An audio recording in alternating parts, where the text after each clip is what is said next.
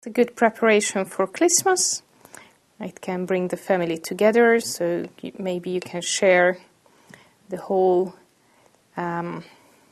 gingerbread house making amongst everybody, even if you have a granny around the house or small or bigger children, everyone can have a part of it.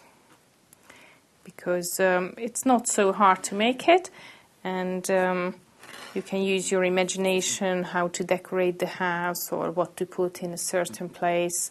So you don't need to follow these instructions one by one. You can have different decoration at the roof, or you can have more little windows, or maybe you can have a double door, or you can put anything that you wish.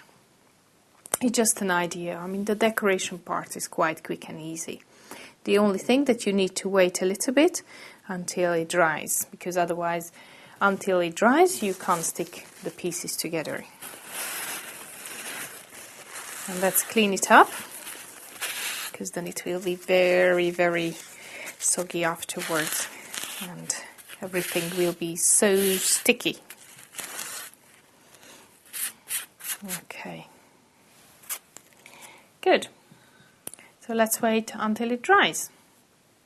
It depends on the texture, but usually it takes about 5 to 10 minutes while this decoration will dry. It depends on what kind of ingredients you put in, and also that how much water you put in.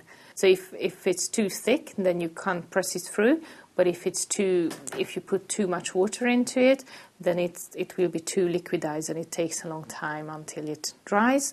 And also, it doesn't look very nice because they will go wherever they want to.